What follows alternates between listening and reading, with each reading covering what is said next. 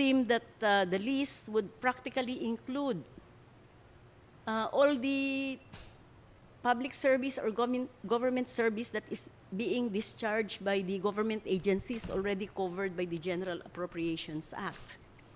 Can you explain why there is a need to have another list naming the same government agencies which are already covered by also by the General Appropriations Act, when this list can practically be incorporated in the portion of these government agencies? Why is there a need for this? You are right, Your Honor. The need follows what was explained in PhilConsa. The need or the theory is that the legislators, especially the members of the lower house, should be given the ability to steer projects to their districts so that they do not have to wait for such social services to come from the national implementing agencies. That was the theory which was approved in PhilConsa.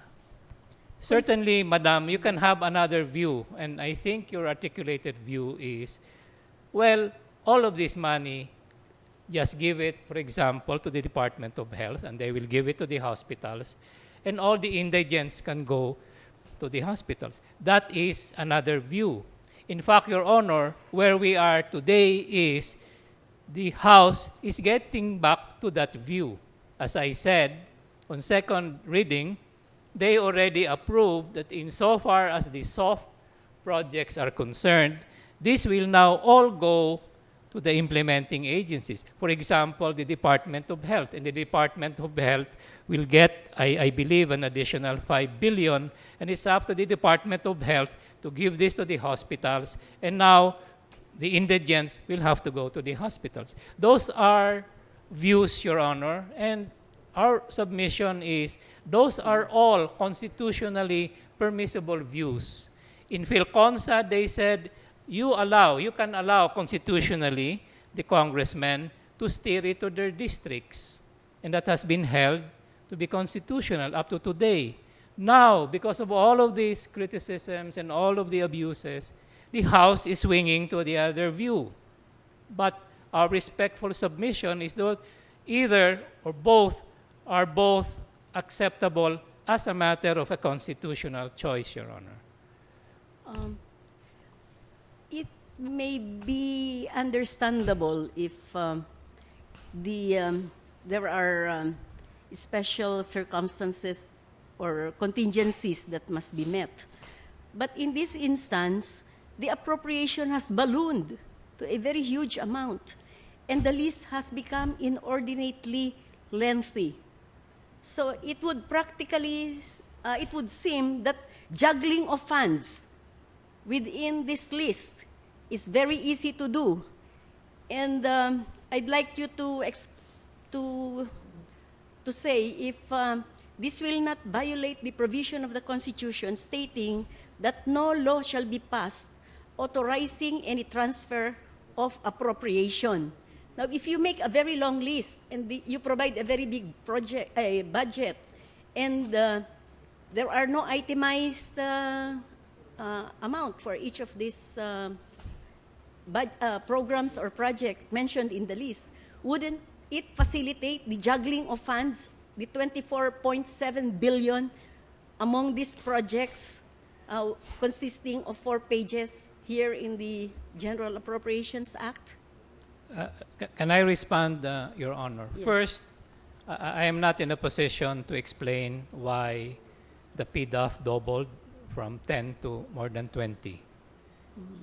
On the list, yes, Your Honor, the list got longer, but we respectfully call your attention that the list is all of 7 major applications, health, education.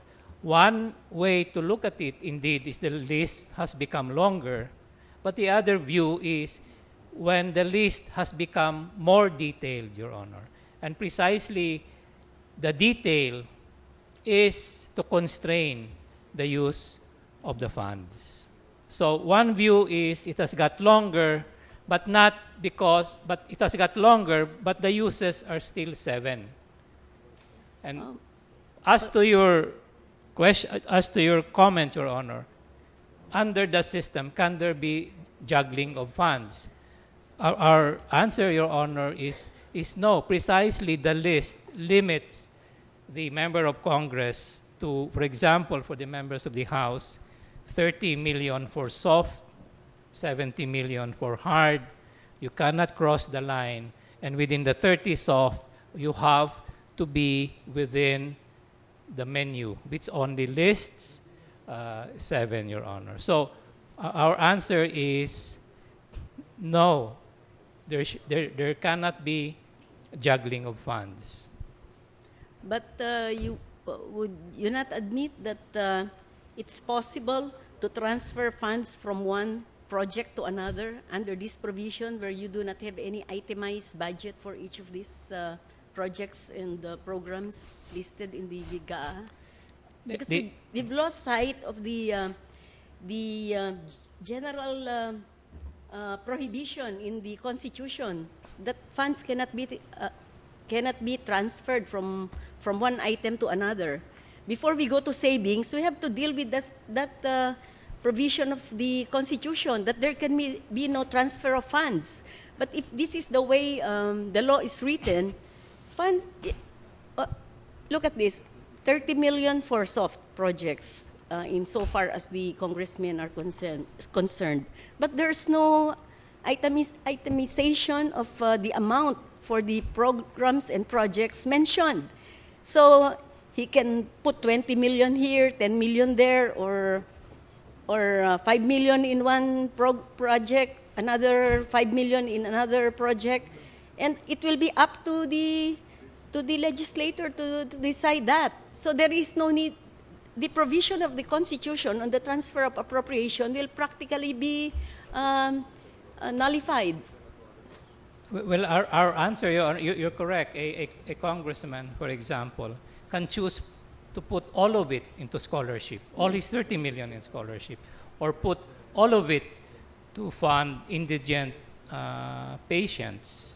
So to that extent, there is no juggling, Your Honor. But that is what PhilConsa allows. PhilConsa allows post-GAA identification by the legislator, and provided he sticks to within the maximum limit of 30, that one view is that system allows him to serve the needs of his district, so that the constituents from the district, for example, of a congressman from Rizal, will have direct access to the services, for example, of the National Kidney Institute, rather than that constituent take his chances. If you give the money to the National Kidney Institute, then he has to line up. That is one view, Your Honor. All we're saying is that is constitutionally permissible. The other view is give all of that money to the Department of Health, because they are in a better position to know how much goes to PGH, how much goes to Kidney Institute. And they will have their own system who will get access to that, Your Honor. That is another view. And that, I said, is the view the House is going to. It will deprive the constituents of the congressman from this certainty, from the advantage that if he goes to his congressman, the chances of getting money for dialysis is better than if he goes straight to the Kidney Institute. But again, those are two views, Your Honor. You can argue that the Kidney Institute, as professionals, they will have a better system of determining who gets access to dialysis. Those are choices, Your Honor. We say right. Policy choices, and either way, you can decide there is no constitutional infirmity. All we're saying is, under PhilConsa, and up to now, that choice has been permitted the Congress. But now, that the Congress realizes all of the problems, they are going the other way. And that is also constitutionally permissible. I will not argue with you about wisdom or policy. I just want to see to it that this provision of the Constitution about the prohibition on the transfer of appropriation is not violated by the law. It has nothing to do with wisdom. It has nothing to do with policy. It's just a question of complying with the clear language of the Constitution. As I see it, with this formulation in the GAA, you don't even have to think about savings because there's no savings to speak of because there's no budgetary item. There's no such thing as augmentation too because there's no budgetary item to augment. We agree, Your Honor. So the provision of the Constitution about transfer of appropriation and about savings and augmentation of savings will practically have no effect in the way that the GAA, insofar as the PDAF is concerned, has been formulated. So the question now is this a clever way of going around the provision of the Constitution? I want you to take note too that there's no realignment of savings or augmentation of savings. It speaks of realignment of funds. It cannot speak of realignment of savings because there are no budgetary items. So probably that is the reason why realignment is used rather than augmentation of savings. Because there can be no, before you can have savings, you must have specific budgetary items. And you don't find that here. We So agree, it's just one fundamental issue that I'd like to be clarified on. Perhaps, Your Honor, we can take comfort that the fears of the justice about juggling of funds, if we take the COA report, which covers 2007 to 2000 up to 2009, there is no finding, there is no audit finding about juggling of funds. But I agree with you. Most probably there will be no savings because certainly the natural tendency of a member of Congress will be to maximize the release of the fund so that the basic social services will reach his or her constituents. But we will cover in the memo your concerns, Your Honor. Good evening, Counsel. Good evening, Justice. The good news is, since I'm the most junior justice, probably this will be the last set of questions. The bad news is, I have 3 pages. But let me start with the Malampaya funds, and for this purpose, I want to express some surprise that the government is locating the power to promulgate a presidential decree 910 and the PCSO law as well as the PAGCOR law under section 29, number 1. If we please can flash slide number 23. Because in section 29 of Article 6, there is a paragraph 3. For purposes of the record, can you please read paragraph 3? I'm sorry, section, 29, paragraph 3. paragraph 3. Yes, Your Honor. All money collected on any tax levied for a special purpose shall be treated as a special fund and paid out for such purpose only. So there is a difference between the general fund mentioned in paragraph 1 and the special fund mentioned in paragraph 3.